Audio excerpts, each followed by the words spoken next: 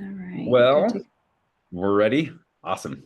ready. Welcome everyone. Thanks for joining us today. I'm really excited to be here with you. My name is Brandon Lewis, just like Amber said. I'm a family nurse practitioner is my professional degree, like my schooling. And then after graduation, I did more work in what's called functional medicine, if you're familiar with that. And so I did my postgraduate certification through the Institute for Functional Medicine. And I practice here in Southern Utah, in St. George, Utah. Really focusing with that functional medicine approach, the focus is just to be really proactive in health and to see if we can find underlying causes to what's going on. So instead of just diagnosing and prescribing medication, see if we can fix it from the ground up. So hopefully that becomes very apparent as we talk today about nutrition and all the ins and outs of that. Specifically, what to do and how can we build like a foundational approach to nutrition. So I'm going to share my screen here with you and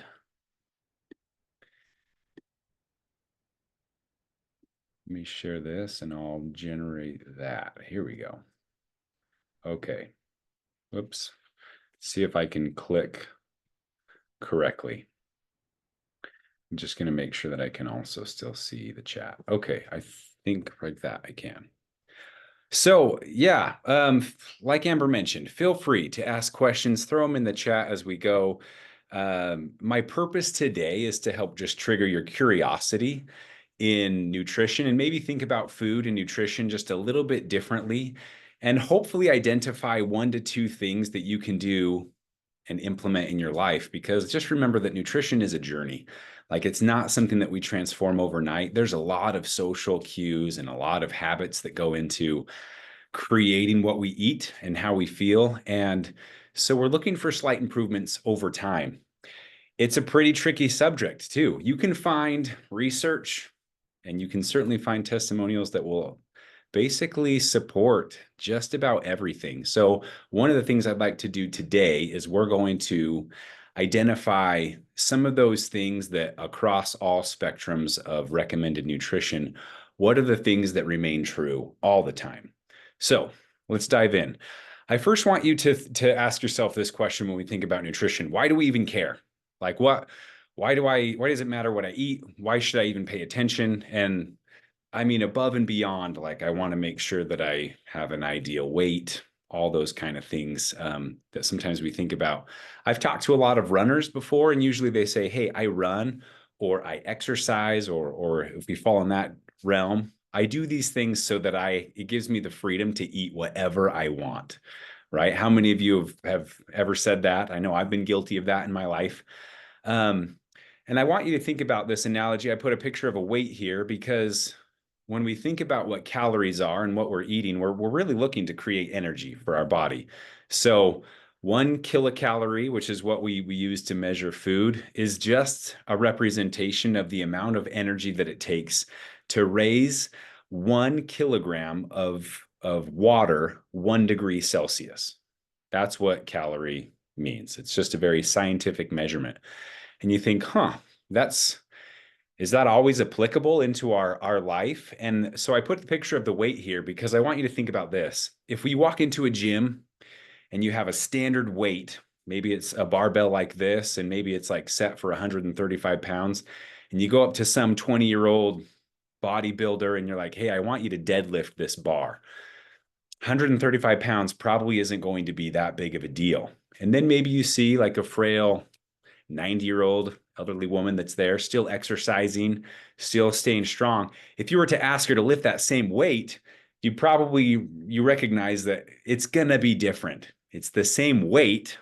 So why is it different for 2 different bodies and 2 different ages? And you probably roll your eyes and you're like, of course, that's different. Like there's so many more variables at play, muscle mass and what's been going on through the whole life, bone density, all these kind of things. However, if I gave them both a hamburger and we said, "Hey, this hamburger is 200 calories," you'd probably be like, "Okay, yeah, it's 200 calories for both of them." So if we treat different things like weight and we recognize that there's some nuances there with other things going on in the body, that it's not just as simple as as how much weight can I lift. When we look at food, it's a lot more than calories in and calories out. And I'll give you one other more outrageous example, I guess. I just want you to think about wood. When we think about burning calories and raising the temperature of water, I mean, my thoughts go to wood. So what if we could just eat a log of wood? Wouldn't that be just a lot easier? It turns out that there's about anywhere between 1,000 to 2,000 calories per pound of dry wood. But we can't just eat that because we don't have the enzymes in our stomach needed to break down cellulose or lignin or some of these other the properties of wood. If we did, we could certainly just eat wood, but we're like, well, that's kind of ridiculous. We can't do that. There's other things at play. In fact, here's some of the things that are at play when we think about how can our body break down calories. You have things like digestive efficiency. Do you have slow motility, fast motility? How much of what you're eating, if we look at like the micronutrients of proteins, carbohydrates, and fats, how does that compare to the micronutrient, like nutritional density of the food? So if we're looking at like a carrot or micrograins are probably one of the more nutrient dense things that we could eat compared to a nerd's rope, something that's just very sugary and candy that doesn't have a lot of nutritional value. There's things like food additives that are going to affect how well your body's able to absorb these things. How is this food processed? What's the sugar content? What does your gut microbiome do? Like we have this symbiotic relationship with bacteria inside our gut that help break down foods so that we can absorb them. There's a variety of a baseline just based on where you live in the world, how you grew up, what you've been exposed to, that kind of thing. You have gut health. What if you have Crohn's disease or irritable bowel syndrome or things like that, ulcerative colitis? Or if you have food sensitivities or like celiac, obviously gluten, you can't get the same kind of calories out of that or the same kind of energy that you could. How warm is your food? What's your activity level during the day? What kind of cues are you getting throughout the day? Stress levels, hormones certainly play a role in that with not only cortisol, but our sex hormones and thyroid. You look at fiber that we're not able to absorb, and I'm sure you're familiar with the term net carbs, where we kind of take that fiber, that insoluble fiber that your body can't absorb, and we cancel out some calories to that. You got just overall calories and nutrition. That's really similar to that micronutrient, macronutrient idea. What's your basal metabolic rate? How much do you burn on a daily basis? And then that adaptive metabolism is what are we doing? Like how does your body adapt over time based on your activity level and all of these other things that we mentioned. So I just mentioned a lot of this because, oh, sorry, I pushed a button. I just mentioned a lot of this because hopefully this paints a picture that when we talk about nutrition, there's a lot of things that we should care about. And not to say that I want you to worry every time you eat something about all of these things going on. That's not your job. That's usually our job to consider all of these things. But at the end of the day, what we're really looking at is this. Well, I guess I should mention, sorry, I was going to tell you a little bit about these research articles. This is a very common thing in the research to see that we're recognizing, hey, calories in versus calories out is not as cut and dry as we used to think. Like there's a lot more behind obesity and calories than just, hey, if you count them and you're eating in a deficit, you're going to lose weight. In fact, I just read an article this last week about something called obesogens, which is a term that we're using for more like toxins in our environment, whether it's plastics, whether it's environmental pollutants that are basically stored in fat, and that they can affect how your body loses weight because they're affecting basal metabolic rate, they're affecting your hormones, all this kind of thing. So it's a very common thing to see in the research that it's not just calories in and calories out. So what do we focus on then with all of this to consider? What is it that we should really pay attention to? And when it comes right down to it, what we're really looking at is how is your body going to make energy? Because at the end of the day, that's what we care about. With all the stuff that we eat, does your body have enough energy? And if you remember from back in high school biology, I'm sure you can hear this sentence in your mind's eye where where your teacher says, hey, the mitochondria, that's the powerhouse of the cell. And this is where all of our ATP, that adenosine triphosphate, the energy component of what drives our body and what keeps it going, this is where it's made. So if we had to focus on anything, I would say one of the biggest things to make sure that it's functioning optimally in the body is the mitochondria. Because if this is creating good energy and good clean energy, you're going to feel really good. So how do we properly fuel the mitochondria? As you can imagine, and we'll return to that fire analogy for a minute, you can burn a lot of things and they will make plenty of heat. We can raise that degree of water. I mean, that kilogram of water, 1 degree, pretty easy. How many of you would want to roast a marshmallow over this fire? Like, I know I wouldn't. And you've all probably been pretty familiar with, burning something that you're like, whoa, that's putting off some toxic fumes. In fact, I grew up in the middle of nowhere. It was just a really small town. And so we would burn our trash because we didn't have garbage pickup. And one of my favorite things to do was to light that plastic bag on fire, because I don't know if you've ever done this, but when you light plastic on fire and it starts to drip, it just makes a really cool sound, like and it's really fun. My analogy for that is there are so many things in our world and the things that we're able to process and create that are really fun to eat. Long term, kind of like this burn pit, they're not really helping to fuel and create sustainable heat and good clean energy, right? So the question is, how do we know then what's good? How do we make good clean energy in our body? We know how to do that when we think about fires and wood and that kind of thing. How do we do that for our bodies, especially when there are so many nutritional choices out there? I just sat down for just a minute and I thought about all of the ones that I could think of. These are some of those options that you've probably heard of. Standard American diet, or as I like to call it, the SAD diet. I don't recommend choosing that one as far as a lifestyle. Paleo, vegetarian, vegan. In fact, there's one, maybe I even listed it on here. Oh, yeah, at the very bottom of that side, pegan. That's like a combination of paleo and vegan. Pescatarian, where you just eat fish. Mediterranean, where we're focusing on pretty heavily plant-based, healthy fats, and then also some protein. I've heard of blood type diets, somatotype diets, ketogenic diets, carnivore, obviously, eating 80-10-10 as far as 80% carbohydrates, 10% fat, 10% protein, and all the way up, like all these other ones, as far as time-restricted eating, fruitarian. These are diets that run the spectrum of, hey, we're very selective in what we're going to eat. Some of them, like intermittent fasting or time-restricted eating, are more selective in when you eat. So we can break down nutrition in a lot of different ways.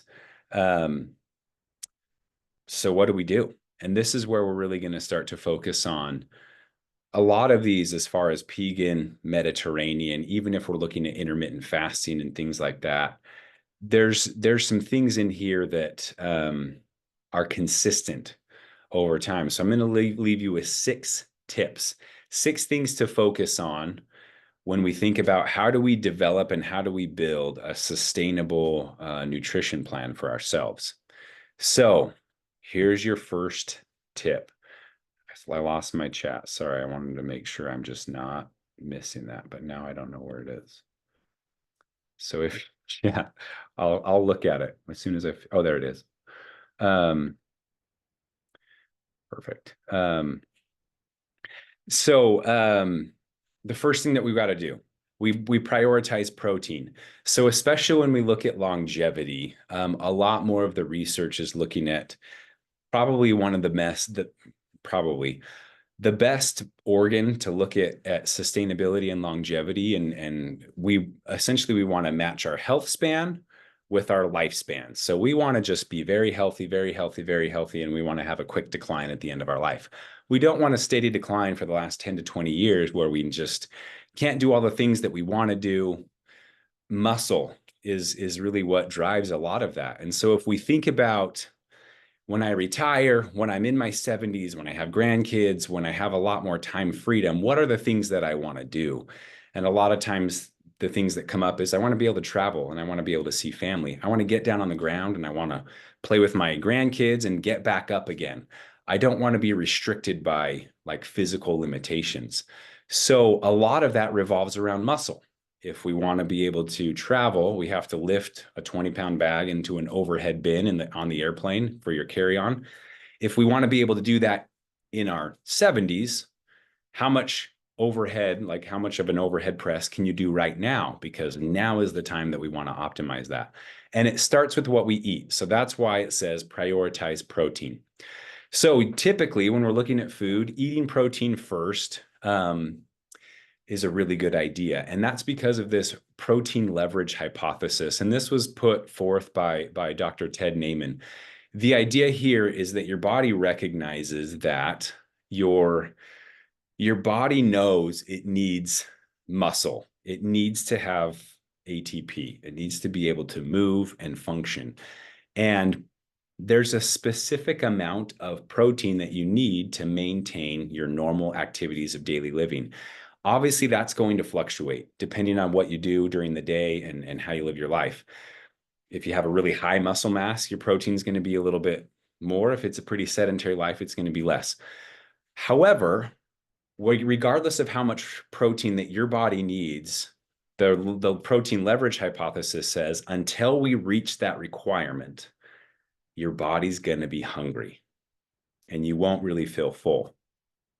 So I want you to imagine the last time that you had just a lot of carbohydrates. Maybe you had, or empty calories even, like that was like a 0 calorie, like a diet soda or just a full sugar soda. Or maybe you got some candy or, just minimally nutritious fast food or things like that. Not a lot of protein there. How quick do you get hungry afterwards? I mean, the one I think of all the time is growing up, our favorite place was Mongolian barbecue, just like a huge pile of noodles. And man, you'd eat that and you'd be so full for like an hour. And then you'd be so hungry and you'd be like, I got to eat again. I don't feel satiated at all. It was lacking in that protein.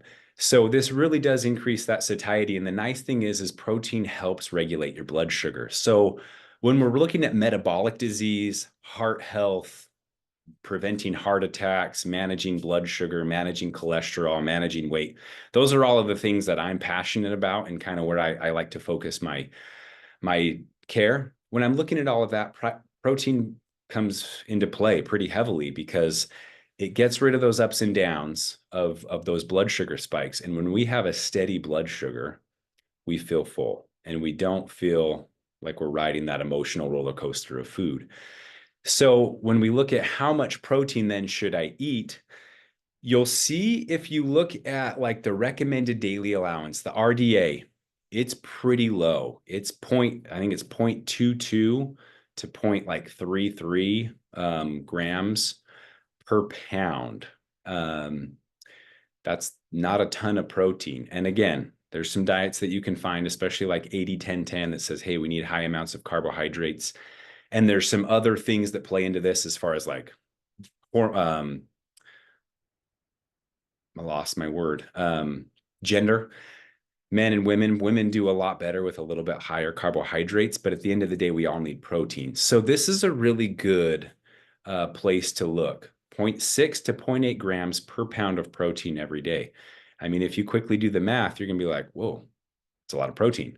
It is. And the thing is there's some recommendations out there that go even higher, up to 1 gram per pound, 1.5 grams per pound, depending on what your goals are. But to maintain longevity, to maintain health, make sure that we're really supporting muscular health. The 0.6 to 0.8 is pretty good. There are some more nuances in there that we could dive into for sure. And that's where it's great to work with a nutritionist or, someone like me that can walk you through that. Because obviously if we have a really low body mass index and we're like our BMI is high, but our body fat percentage is high, there's some there's some changes that we can make there. But ultimately, if we're prioritizing protein first, we're just going to feel nice and full throughout the day. It's going to help us regulate everything and keep us moving forward. The next ones are going to be easy to remember because they all start with F. These are the 5 F's. So Fido, I know it's a little bit of a stretch, but these are the 5 F's that if I had you to remember, 5 things that'll help keep you healthy well into your 90s, these would be them. Phyto, nutrients, fiber, fats, flavor, and fasting. And we'll go into all of these in more detail. But essentially, when you think of phytonutrients, this is plants. These are things that are very anti-inflammatory. They're very neuroprotective. They really help support the anti-aging process. Fiber is the powerhouse food, and I'll show you some resources if you're curious to look more about fiber. We'll dive into that in a little bit more. But just as like a spoiler alert, the recommended fiber amount, like a recommended daily allowance of fiber in the US, is anywhere between 28 to 35 grams per day. The average American gets 9. So we do not eat enough fiber. And when we think fiber, we'll talk about it, but we think about plant foods. This is where we stabilize our mood. This is where we stabilize our satiety, feed that microbiome, and support that gut and all of those bacteria that are happy and helping us digest food. This supports weight loss. When we think about healthy fats, I put your brain will thank you, because this is where we look at neuro support, heart health, cellular health, and structure all relies on fats. That cellular membrane and that cell wall is made up of fats. So we want our lipids to be healthy. We want them to be vibrant. We want them to do what they're supposed to do in the body. Flavor, these are spices. We want more spices. We want variety in our life. Really supportive with anti-inflammation, really great for detox. And also some of them can help with insulin too. And we'll talk about that. And I'll give you a little sneak peek too. A cool thing there that you can do is, even if you don't know how to get out there and figure out where to experiment with new spices, sometimes we're not very good at it now. We were before. We would have like culture nights with our kids. And once a week, that got to be too much. Then we did it once a month, where we would just pick a different culture in the world. We would have our kids look up some things, some interesting facts, but we would cook a dinner from there, just like their normal food. And we would use some spices from those countries. And there's a lot of those things that we did then that have carried over into our diets today, because it's a process. Like, a lot of those we didn't even know about at the time. But today we still use some of those in our everyday life, which is cool. And then fasting, surprisingly or not, going without food is just as important as eating in a lot of places. So let's talk about phytonutrients. Basically, my take home for phytonutrients, as you can see from this picture, is I want you to eat the rainbow. So the more color in your diet, the better. And there's some pretty cool resources out there. In fact, I'll see if I can find some links, and I'll send them over to Amber, and you can just include them in a follow-up email, where it breaks down. The Institute for Functional Medicine has done a good job of breaking down foods by color. And a fun way to just experiment with your diet is try eating different foods from every color group every day of the week. If you're doing that, your phytonutrients are going to be off the chart. Here's what's so beneficial about the phytonutrients. I mean, as you can imagine in nature, the color is what attracts us to it. So the more color that a food has, the more it wants to be eaten. It makes itself vibrant. It makes itself healthy. It's going to make our bodies feel good intentionally, because it wants to be eaten. It wants to spread all of those seeds inside those foods far and wide. So this really helps support gut health, regulate blood sugar, improve your heart health. This really supports digestion as well. Probably the two that shine for me when I would say, hey, why should I eat the rainbow, and what do phytonutrients really do for me? The first one I would say is this reduces inflammation. A lot of the vibrant foods, and we're not talking about red 40 or yellow 5 or vibrant colors in Skittles. Those don't count. These are all natural colors, right? These are all things that really help support the body detox, and it really reduces inflammation. Those are my two big take homes with phytonutrients. And our focus here is really eating the rainbow. I mean, even just looking at this picture, you can see there's a lot of variety just in color, and it's fun to see. The next one is fiber. So this is where I talked about a little bit where we eat foods that are going to feed this microbiome and keep us healthy. So the thing about here is, if I think about what fiber does, digestion is my take-home word for fiber. This is the best prebiotic that we know of, and all prebiotics really are fibrous. So fruits, vegetables, nuts, seeds, grains, and legumes. Those are your categories for fiber. Will Bolsewicz here, I put his book here on the bottom called Fiber Fueled. He is a gastroenterologist that's more functionally medicine trained. And essentially, when he's looking at colon cancer, colon disease, gut issues with his patients, he realized, man, a lot of this can be fixed if we will really strive to meet those recommendations on fiber intake during the day. And basically, that means that we're increasing our plant intake. So he has a really cool challenge, and I would encourage you to try this. It's not, I mean, it's very doable. Let's say that. The goal is this: eat 30 different plant-based foods over the span of 1 week. You can totally do it, because every time you buy like a Power Greens mix, like at Costco, or, just like a salad mix, there's probably 3 to 5 different types of lettuce in there. All 5 of those count as different sources of fiber. When you start to look at nuts, like almonds and walnuts and pecans and cashews, that's all different. Chia seeds, flax seeds, omega seeds, like omega hearts, those are all different. And then you start to go down the list of vegetables that are common, like carrots and onions and cabbage and asparagus and broccoli and cauliflower. All of these count as a different food. But the trick is, over the course of the week, let's say you eat 5 different plant-based foods on the first day, you don't get to count those the next day. We want to see variety. So if you had a kiwi on day 1 and you have a kiwi on day 3, doesn't count. We want 30 different plant-based foods throughout the whole week.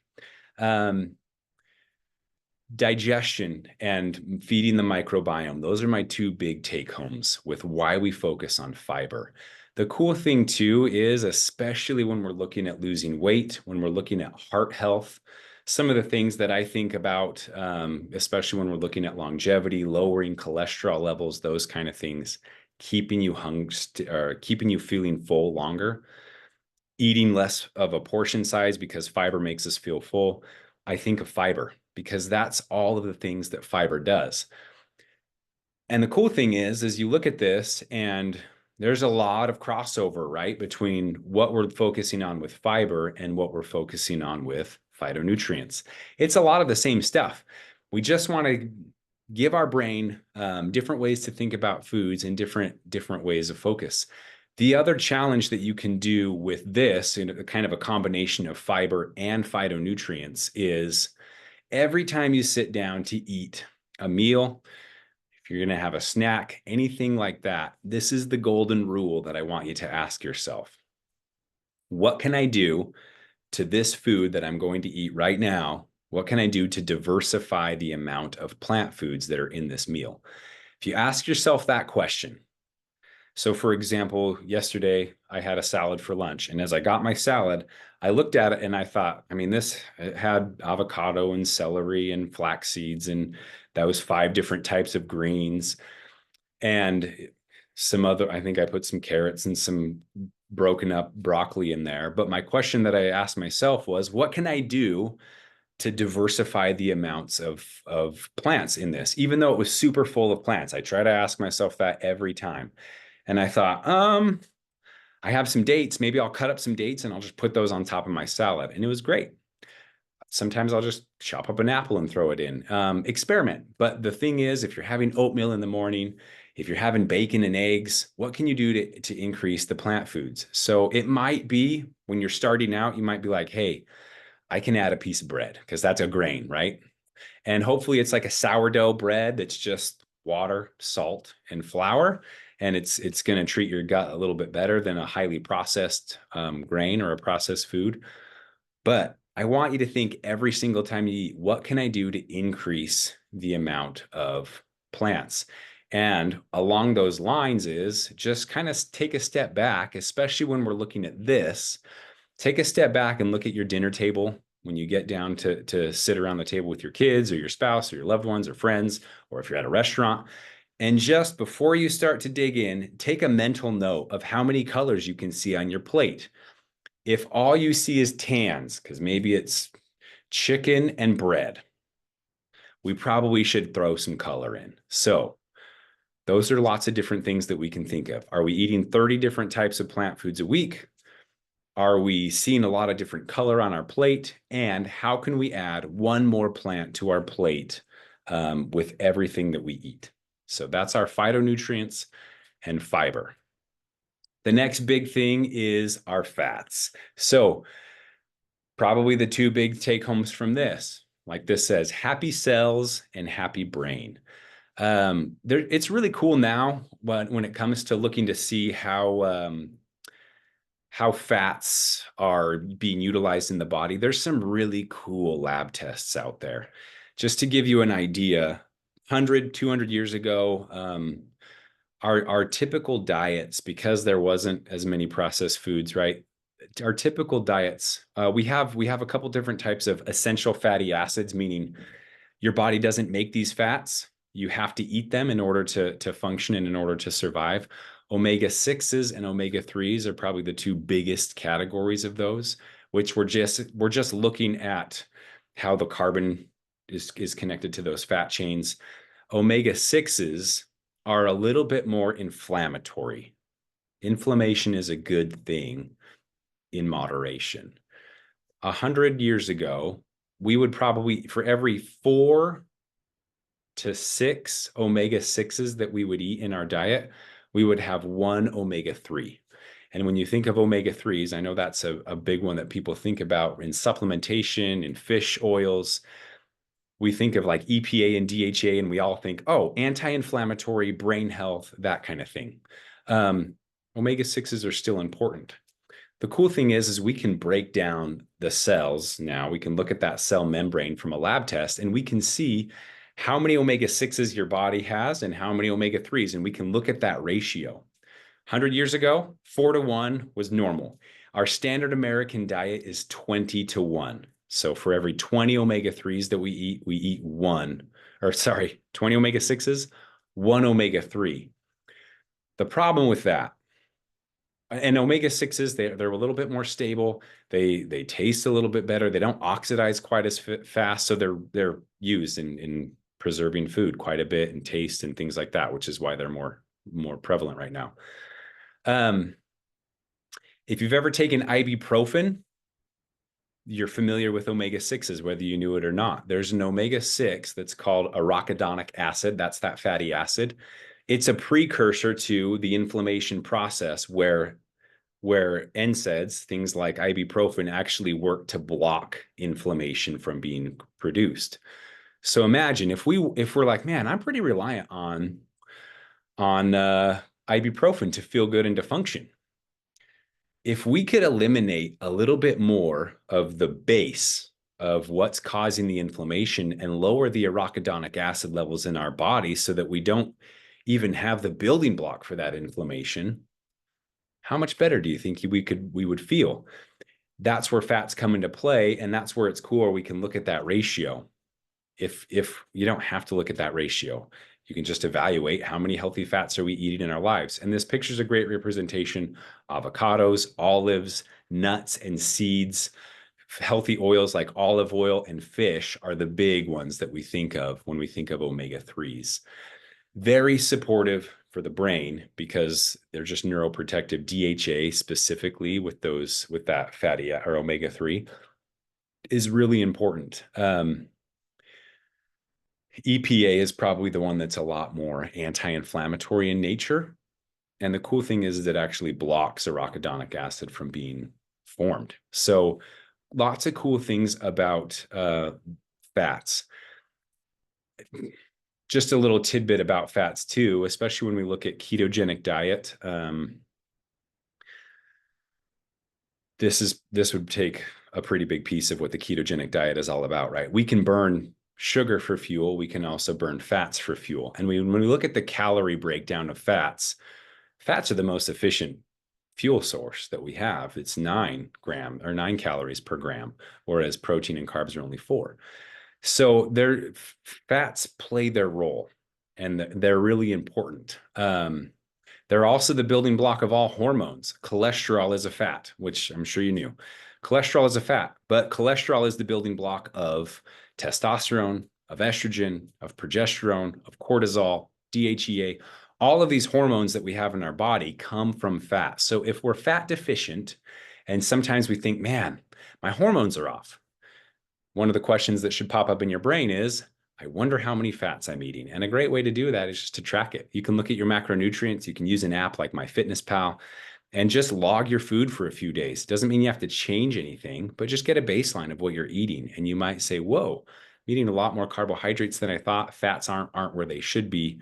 This is usually the second piece to the puzzle. We prioritize protein, then we look at fats, and then we let carbs kind of fill in the rest when we're looking at like macronutrient requirements.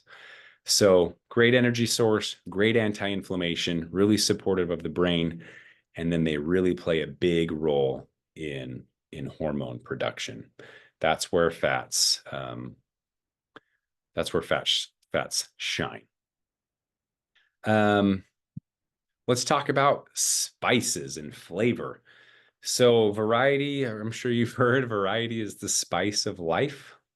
This is, I like this little saying. It's spices are a pinch of power. When we're thinking about flavor and spices, the two things that I think about here, antioxidants. Spices are really good about antioxidants, and they also are really good with detoxification.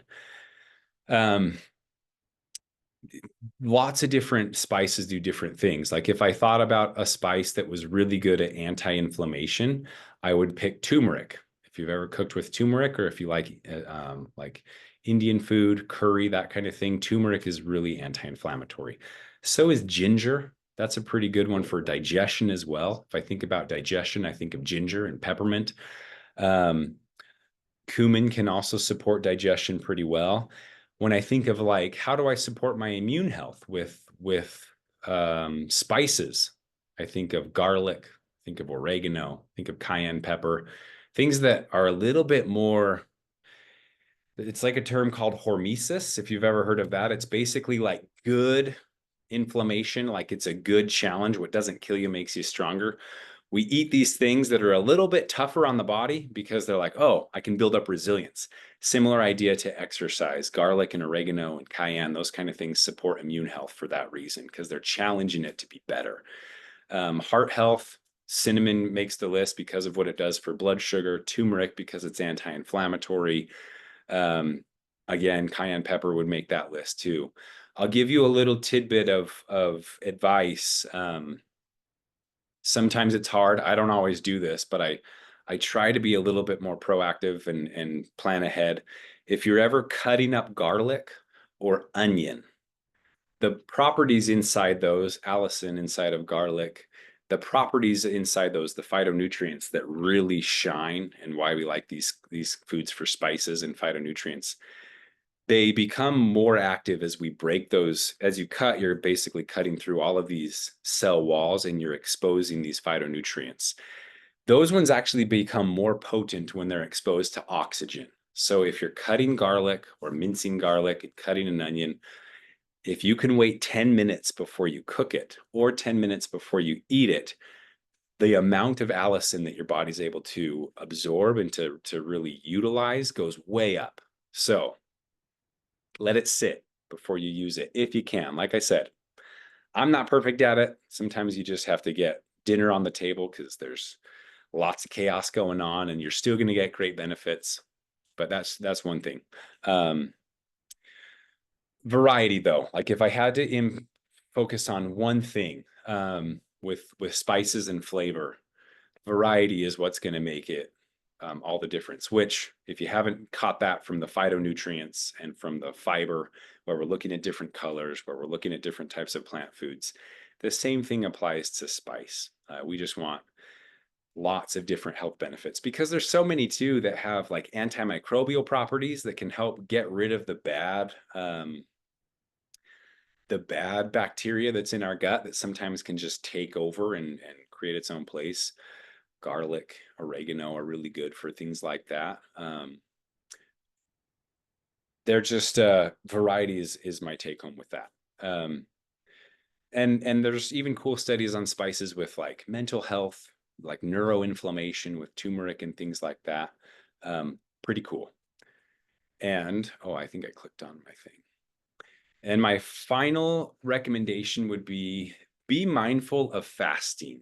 I'm curious if anybody wants to mention in the comments, has anybody ever done one of two things, either time restricted eating where you follow like an eating pattern, like maybe you fast for 16 hours a day and you limit your eating window to 8 hours, or has anybody done a prolonged fast, 24, 72, 5-day fast? Has anybody ever done anything like that where you're limiting your intake to just water, bone broth, some electrolytes sometimes? Has anybody ever done that? Let me know in the comments. I'd just be curious. But let me tell you something that I've experienced in the fasting realm. One of them is it's kind of like if you ever remember that old movie of Fight Club. The first rule of fasting is don't tell anybody that you're fasting. I have patients that are kind of considering hyperbaric surgery to help support weight loss. And they might come across something that says, hey, have you ever tried a 5-day fast or a 7-day fast or even a 48-hour fast? And they're like, I think I'm going to try this. And I'm going to tell my friends, see what they think. I can promise you that almost everybody is way more supportive of somebody getting surgery than they are of fasting for 3 days. They'll be like, what are you thinking? You're going to die. Like, that's crazy talk to think that you can go without food that long. I mean, culturally, everything that we do revolves around food. Like it's a pretty big piece of what we do. However, there's so much research. In fact, I think I listed some on these other pages too. Oh, this book right here, the Guide to Intermittent Fat or the Guide to Fasting by Dr. Jason Fung is a great resource if you're curious about fasting and how to go about it. That's a great one. I'll talk about those two studies. I thought there was some other ones. Yeah, fasting for health and longevity, autophagy, intermittent fasting for autophagy, that kind of thing. Basically, what we're looking at is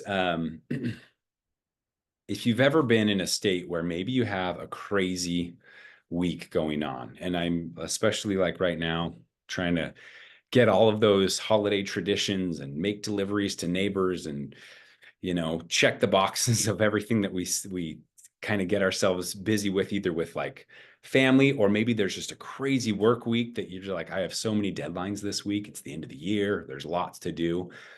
We will ignore what's going on housework wise. Laundry starts to pile up. Dishes are in the sink. Floor hasn't been vacuumed. Bed's not made anymore. And we're like, I don't have time. Like, I don't even have the mental bandwidth to focus on this stuff. I'll worry about it on the weekend. And we just plow through. And then when the weekend comes, we're like, okay, now I have time to turn around, evaluate my house, and see what's going on and start cleaning. A lot of times that same thing happens with our cells and our body.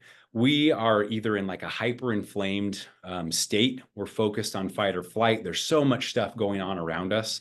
We're constantly fueling our body with food. So it's having to digest and put nutrition and vitamins and minerals and blood sugar where it goes, that your cells are always running. And they're like, I don't have time. Just shove it in the closet, close the door.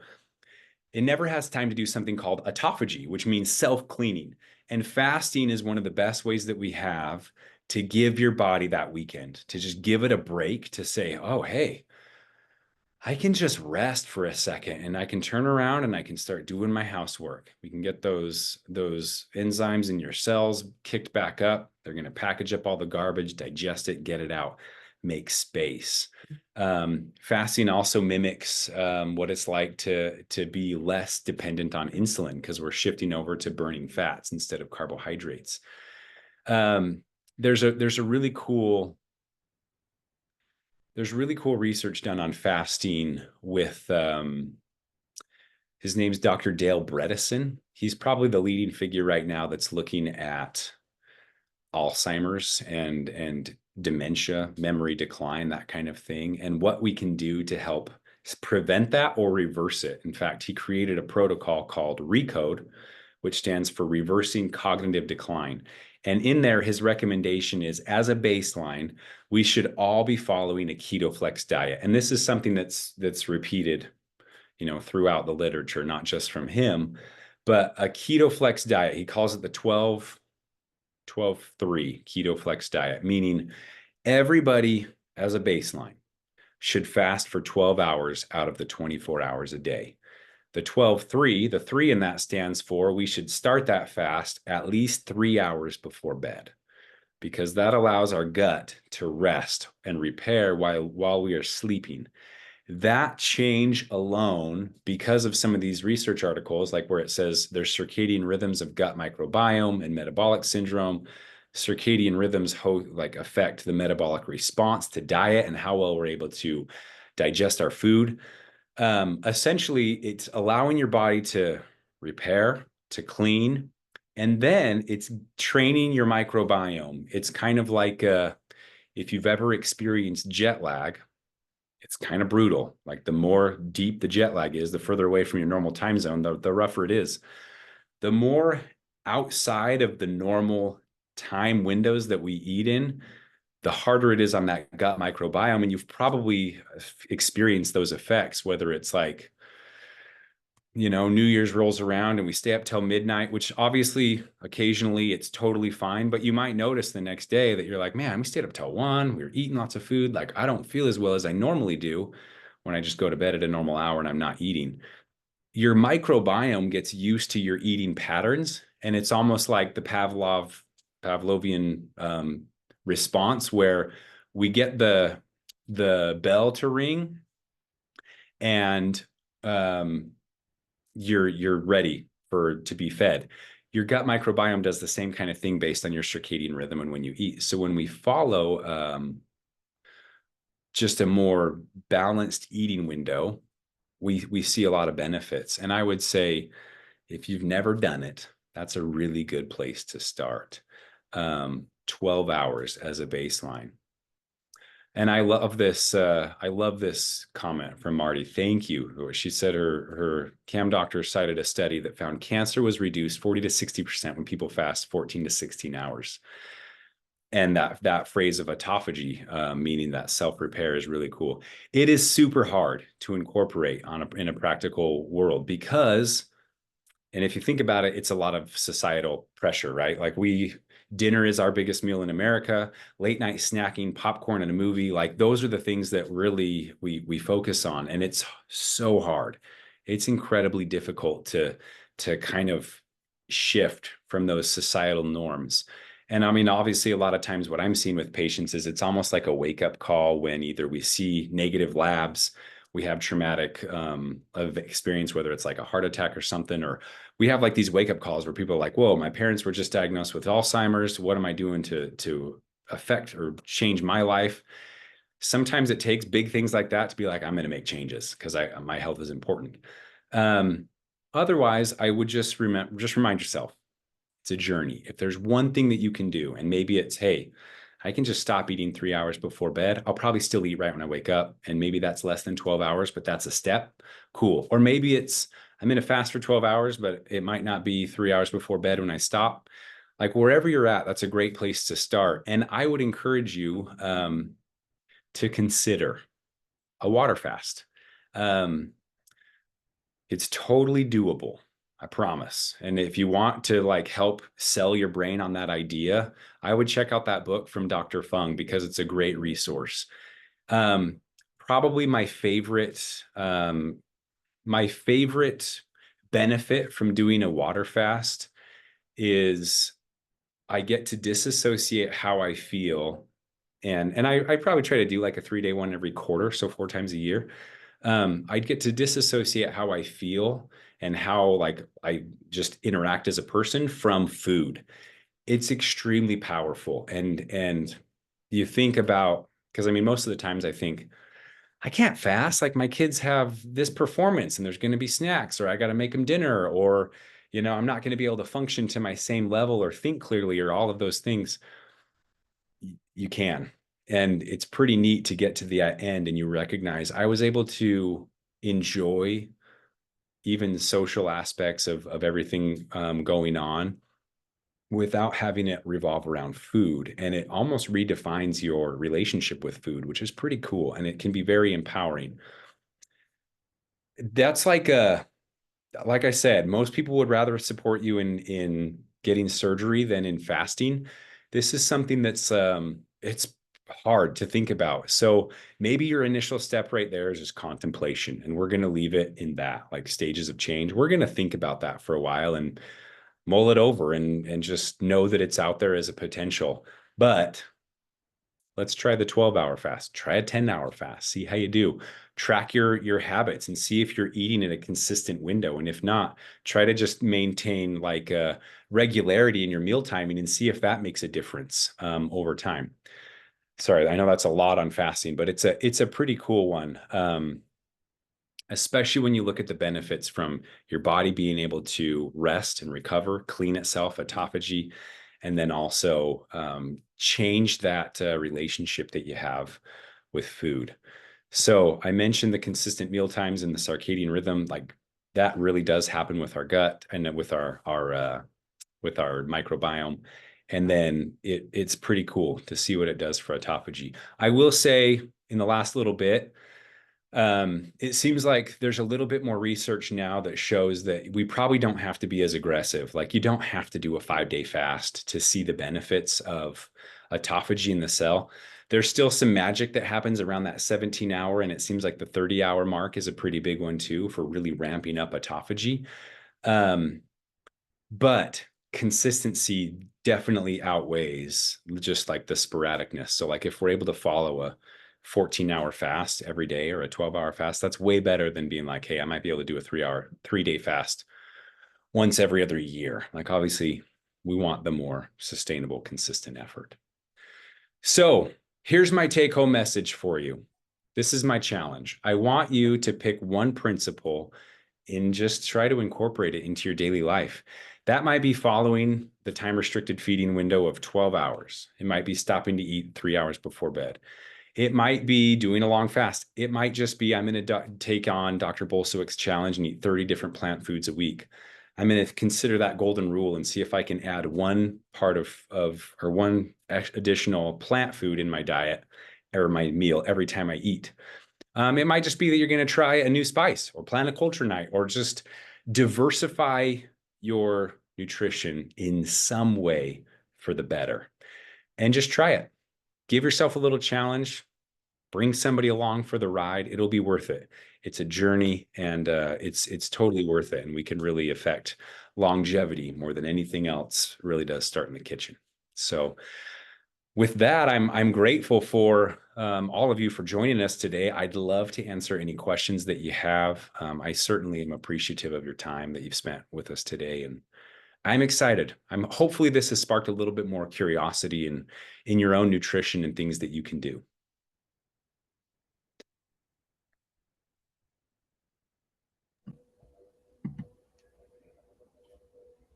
Thank you, Brandon. Yeah, I did have a question for you. So, sure. when you're talking about the 30 different new incorporations, is that I guess, how much of something Sure. Good is that, like question. a cup? Yeah, Is I that, would. if I Yeah, sprinkle a few chia seeds, does that count? So for starters, absolutely count it. If you're eating something different, count it, regardless of size. Could be a teaspoon, could be a tablespoon. Don't worry about quantifying how much. Just if it's a different food, it counts. Okay, awesome. Yeah, great Very question. helpful. All right. In our last couple of minutes, was there anything else on your services or anything that you wanted to share with our Oh, sure. members? Yeah, so I work at a clinic called Resolve Medical here in Southern Utah. I work with a doctor named Scott Norda. We run the practice together. Basically, our focus is like I mentioned, is functional medicine. If there's ever times, Dr. Norda's passion is brain health. Watching his dad go through Alzheimer's disease, and which ended up eventually taking his life, recognizing his own cognitive risk or like risk for that. Um, Really helped him dive into the research as far as brain health goes. Mine's more metabolic disease. My wife has had open heart surgery from a congenital heart defect, high triglycerides run in my family, heart attacks, things that I don't want to have happen to me. So I've really delved into that side of just health in general and what can we do to maintain optimal weight, blood pressure, cholesterol levels, everything, blood sugar, everything that has to do with like our metabolic health. And we can talk for years about that stuff. But then under that functional medicine umbrella, we do a lot with autoimmune disease and chronic fatigue and things like that as well. There's so much that we can look at. And if you have questions about like, man, maybe I just want a comprehensive panel or a comprehensive baseline of what where I'm at right now and set some goals of where to go and how to optimize those things from like a nutrition, from an exercise, from a sleep supplement standpoint. Like that's where we really shine and help. The sooner we start, the sooner that we can focus on prevention and just optimizing health now, the better we're going to be long term. I'll send you our website information. You can follow us on Instagram and stuff. We try to put out pretty consistent reels on just little tidbits to help support your health journey. But we do offer like 15-minute free phone calls as well that you can consult with us and see if what we do would even be worthwhile for or what you're looking for and fit your medical needs. So lots of cool things there. But overall, yeah, we want to make you feel empowered that you're in charge of your health. You're not dependent on the medical system, and you can make big differences in your own life.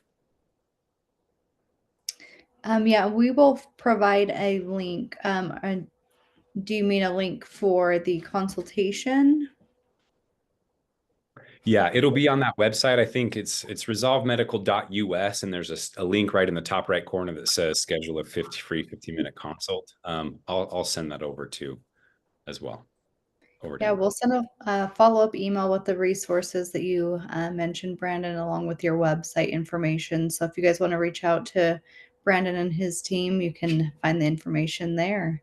I want to thank everybody for joining us on our monthly webinar. We look forward to these and educating you and the other members of New Health and these preventive measures that we can take before something serious potentially happens and being active part of our own health journeys.